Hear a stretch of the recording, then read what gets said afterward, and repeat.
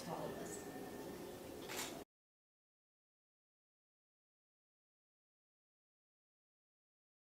Thank you for your visionary leadership. Thank you for your willingness to speak out, and please know that we are holding you in our hearts.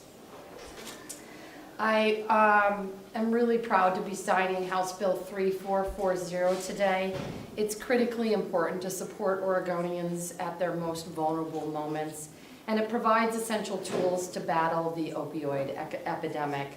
I had a number of legislative colleagues who worked very hard on this legislation. Some of them are here, some of them are not. I'll thank those that are here. Representative Brock Smith, Representative Sherry Malmstrom, and Representative Mark Meek. Let's give them a round of applause. And then in absentia, I'd like to thank Senator Steiner Hayward, Representative Williamson, Representative Bueller, Representative Greenlick, Representative Hernandez, Representative Kennemer, and then I got everyone else. And it looks like we've got some students coming in. Do you guys want to come in and join us? It's totally fine. Come on in, guys. Come on in. Come on in. Plenty of room.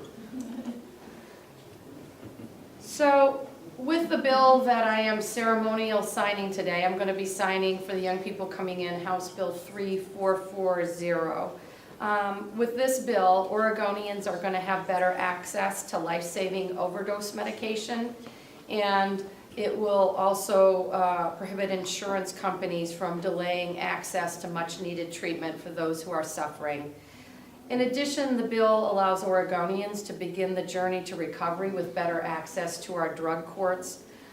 We know that these meaningful interventions, not incarceration, will help lead to healthier outcomes throughout our state.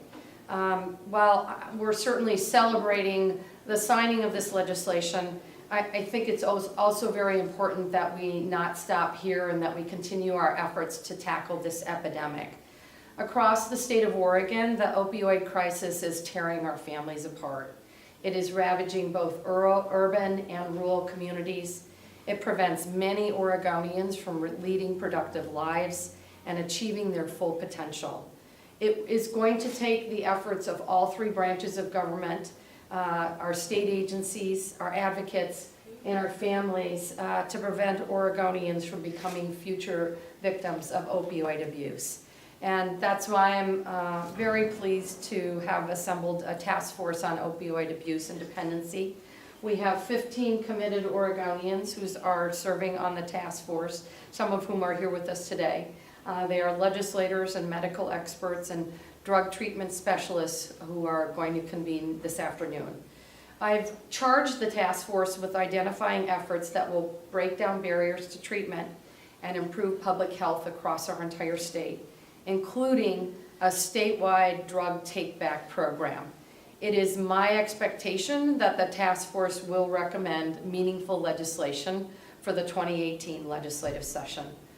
I believe that we need to use every single tool in the toolbox to help treat the individuals and heal our communities and our families impacted by opioid abuse. We cannot forget the parents, the friends, and our neighbors suffering from these devastating impacts. I just want to again say my thank you to the moms who shared their stories and took time out of their schedules. Again, please know that we are holding you in our hearts and appreciate your work to ensure that other families don't have to go through this again. So, thank you. So, I'm going to go ahead and sign the legislation. So you guys are going to have to get closer so we can get you all in the photo. And then we've got students here. Where are you from? Ben High School, Ben Middle School. Okay. All right. Have you ever been at a bill signing before? Okay. Well, this is a ceremonial bill signing.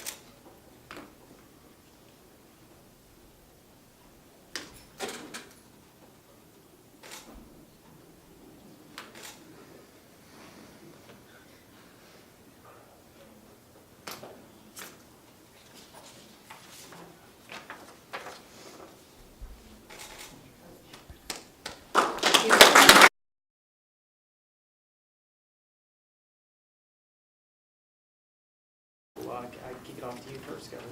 Governor Kate Brown.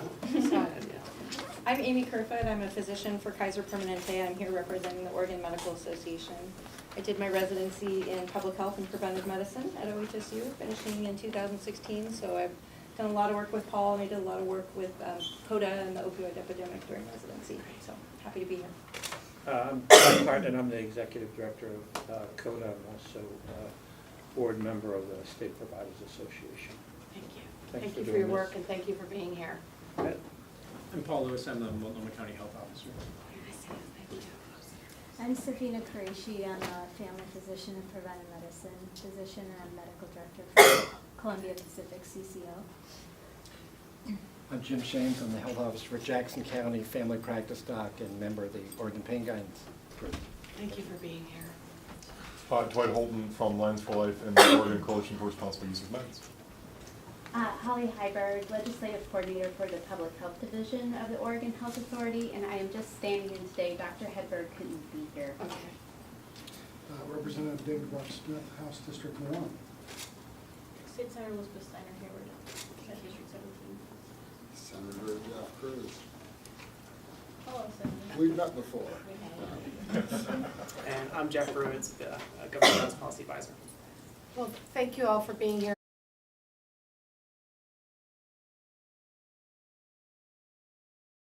I just finished signing House Bill 3440, which I know a number of you worked on.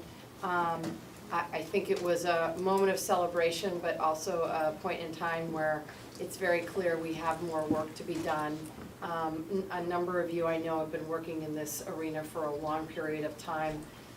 My connection is my work as a lawyer in the foster care system and having to deal with the impacts of substance abuse on both the parents and the children in the foster care system. And so, come on in, Representative Williamson. Sorry. It's okay.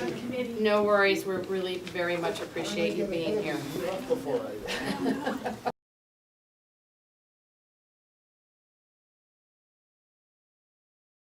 Backs, it did not move forward.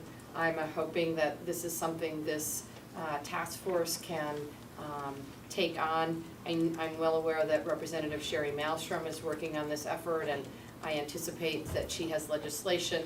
I hope with the House majority's work that we can coordinate those efforts so the right hand and the left hand know what everybody's doing. But it is my expectation that that legislation be introduced and move forward through the 2018 legislative session.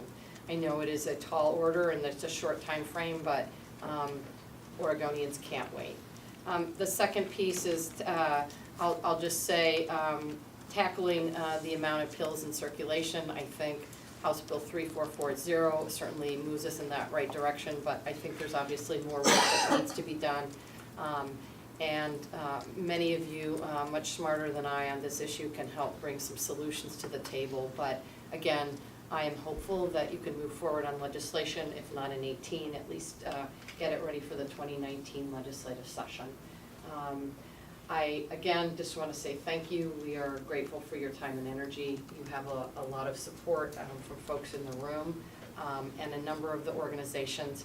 I honestly, Dwight, when you texted me during the middle of the legislative session, and please don't share my phone number with anyone else, I was Hasn't changed it.